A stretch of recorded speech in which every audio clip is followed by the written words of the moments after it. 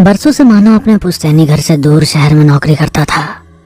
गाहे बगाहे अपने माता पिता के हालचाल पूछने के लिए फोन कर लिया करता था। इसके अतिरिक्त उसका गांव से कोई नाता नहीं था। ऑफिस के काम से एक बार अचानक ही जापान जाना हो गया। घर पर कम ही बात करता था, तो किसी को उसका पता नहीं था। उसके पीछे से उसके पिता की मौत हो गई। अपने पिता के अंतिम संस्कार में तो नहीं पहुंच सका, मगर बड़ा बेटा होने के नाते जैसे ही जापान से आया तुरंत गांव के लिए निकल गया। जैसे ही वह गांव की सीमा में दाखिल हुआ, रात का वक्त था। सड़कों पर पसरे अंधेरे और गड्ढों से झुंझलाकर खुद से बोला, क्या रखा है इस गांव में? कुछ भी तो नहीं बदला, ना रोशनी, ना सड़क, ना शिक्षा। क्यों कोई लौटकर वापस आएगा यहाँ? वो खुद से बातें करता हुआ गाड़ी चला ही रहा था कि अचानक गाड़ी एक तेज झटके से रुक गई। अब ये क्या मुसीबत है? वो गाड़ी वापस चालू करने की कोशिश कर ही रहा था, तभी उसे लगा किसी ने कार का पिछला दरवाजा खोलकर बंद किया। उसने पलट कर देखा तो वहाँ पर कोई नहीं था। एक दो बार और कोशिश की तो कार चालू हो गई। वो सीधा अब अपनी हवेली के बाहर जाकर रुका। हवेली पुरानी होने के बावजूद अपनी सुंदरता के साथ मजबूती से खड़ी हुई थी। उसकी गाड़ी की आवाज सुनकर उसका छोटा भाई और माँ तुरंत दौड़ दरवाजे पर पहुंच गए। उसकी माँ उसे लिपटकर जोरों से रोने लगी। मानो उनके रोदन को पिताजी के जाने का गम समझकर उन्हें सांत्वना देने लगा। उसकी आंखें भी आंसुओं से सराबोर थी। तभी भाई की आवाज सुनकर उसकी तंद्रा टूटी। भाई साहब, आपका सामान पिताजी के कमरे में रखवा दिया है। पिताजी के कमरे में? मगर क्यों? पिताजी के बाद आप ही इस घर के बड़े हो, तो माँ ने कहा कि अब उस कमरे में आपका अधिकार है। माँ की भावनाओं को देख उसने अपनी माँ के चरण स्पर्श करने के लिए जैसे ही झुकने लगा, एक काला कुत्ता वहाँ पर आकर जोर जोर से भौंकने लगा। मानो उसकी ओर गौर से देखने लगा, मगर वो कुत्ता अभी भी दीवार की ओर देखकर भौंक रहा था, मानो उसे वहाँ पर कोई नजर आ रहा हो। साहिल उसे खींचकर अपने साथ घर के बाहर ले गया। वो अभी भी पीछे मुड़ मुड़ कर भौंक रहा था। बेटा, बहुत रात हो गई है, चल तेरे खाने का इंतजाम कर देती हूँ। नहीं, मुझे भूख नहीं है, आप रहने दो। ऐसे कैसे भूख नहीं है? थोड़ा तो खाना पड़ेगा। कहते हुए उन्होंने मानव को खाना खिलाया और सोने के पहले उसके लिए दूध का गिलास लेकर कमरे में पहुंच गई। माँ, बस अब ये नहीं। मगर वो मानी नहीं और दूध का गिलास रखकर चली गई। मानव अपने कमरे में लगी अपने पिता की तस्वीर को देखने लगा। शरीर पर धोती कुर्ता और सर पर पगड़ी पहने वो किसी राजा महाराजा से कम नहीं लग रहे थे। मानव कुछ देर तक उनकी तस्वीर के सामने खड़ा रहा। तभी उसे लगा किसी ने उसके कंधे पर हाथ रखा। पीछे पलट कर देखा तो वहाँ पर कोई नहीं था। उसे लगा खिड़की के रास्ते कोई बाहर गया है। वो दिन भर का थका हुआ था। सोने के लिए जैसे ही वो बिस्तर पर पहुंचा, उसे दूध का गिलास नजर आया। बेमन से उस गिलास को उठाकर वो जैसे ही पीने लगा, एक झटके से कमरे की खिड़की खुल गई और एक चमगादड़ उड़ता हुआ भीतर आया। उसने मानव के हाथों से गिलास गिरा दिया। ओफ, पहले वो कुत्ता, अब ये चमगादड़। मानव ने खाली गिलास उठाकर साइड टेबल पर रखा और सो गया। मानव के सिरहाने एक सफेद साड़ी पहने साया खड़ा था, जो उसे देखकर मुस्कुरा रहा था। अगले दिन मानव साहिल के साथ अपने खेतों को देखने के लिए निकल गया।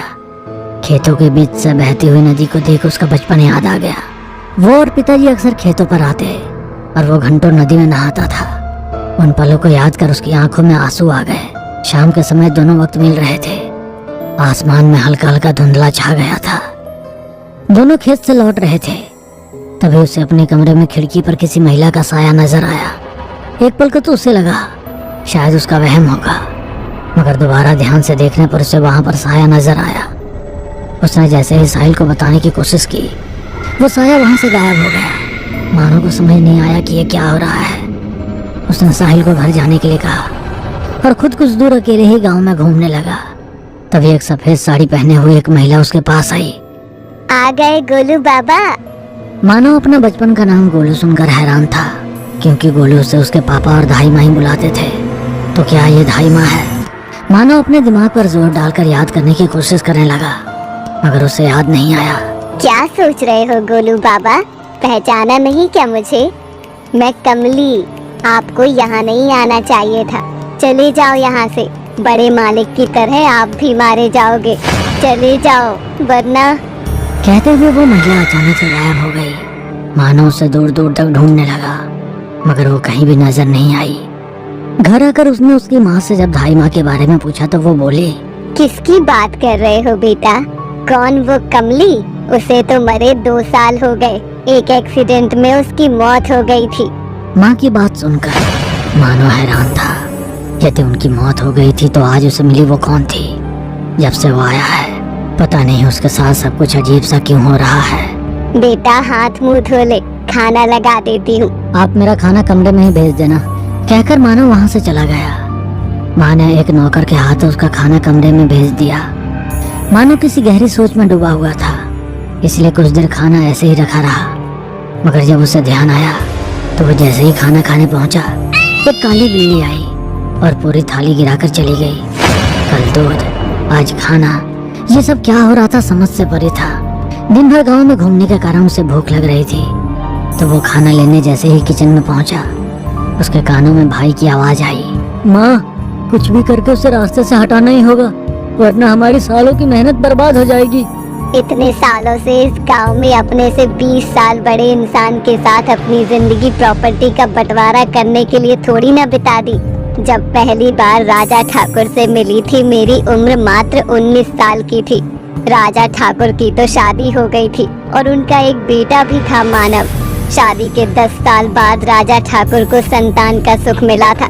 मानव की माँ वैसे ही बहुत कमजोर थी और जापे के बाद तो और ही कमजोर हो गई।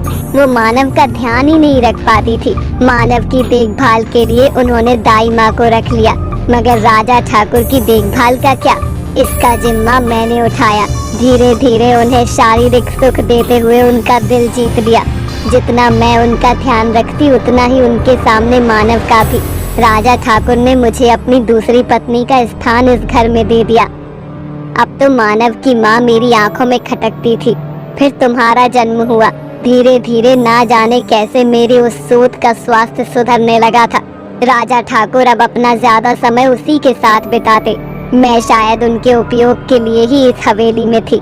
अब उनका ध्यान मुझ पर और तुम पर कम ही रहता। ये मैं बर्दाश्त ना कर सकी और मैंने अपनी सौत को मौत के घाट उतारा और उस पिल्ले मानव को घर से बाहर निकालने के लिए हॉस्टल भेज दिया। कुछ सालों तक तो उन्हें मैं इस जायदाद के लिए उनके साथ रह रही थी, मगर जब मुझे पता चला कि उन्होंने अपनी सारी जायदाद अपने बेटे मानव के नाम करने का मन बना लिया है, तो एक रात ठाकुर को भी मैं छत पर से धक्का देकर नीचे गिरा दिया। मगर उनकी वफादार नौकरानी कमली ने मुझे देख लिया। फिर मुझे उस बेचारी कमली को भी मौत के घाट उतारना पड़ा। 3 लोगों को मौत के घाट सिर्फ और सिर्फ इस जायदाद के लिए ही उतारा है। मानव को तो मैं इसमें एक फूटी कौड़ी भी नहीं मिलेगी। वो आया था उसी दिन, दूध में जहर मिलाकर उसे दे दिया था, मगर ना जाने कैसे जिंदा बच गया। मगर आज की रात उसकी जिंदगी की आखिरी रात होगी। जैसे ही वो भोजन करेगा भगवान को प्यारा हो जाएगा। कहते हुए जोर जोर से हंसने लगी। मानो को तो कुछ समझ नहीं आ रहा था कि ये सब क्या हो रहा है। जिसे वो अपनी माँ समझता था, वो उसकी माँ नहीं बल्कि सौतेली माँ है, जिसने उसके पिता और माँ दोनों को मार दिया और आज उसे भी करने की कोशिश की। इसका मतलब मुझसे जो भी मिली थी वो कमली की आत्मा थी। आज भी शायद कमली बिल्ली का रूप लेकर आई थी। जैसे ही सारी सच्चाई मानो को समझ में आई, उसके सामने कमली का साया खड़ा था। गोलू बाबा चले जाओ यहाँ से। इन लोगों के पाप का घड़ा भर चुका है। आज ईश्वर इनका इंसाफ करेंगे। चले जाओ। जैसे ही कमली ने कहा, मानो तुरंत हवेली छोड़कर चला गया। वो जैसे ही हवेली के बाहर निकला, एक भयानक शॉर्ट सर्किट हुआ और पूरी हवेली जलकर राख हो गई। कमली ने अपने नमक का कर्ज अदा कर दिया था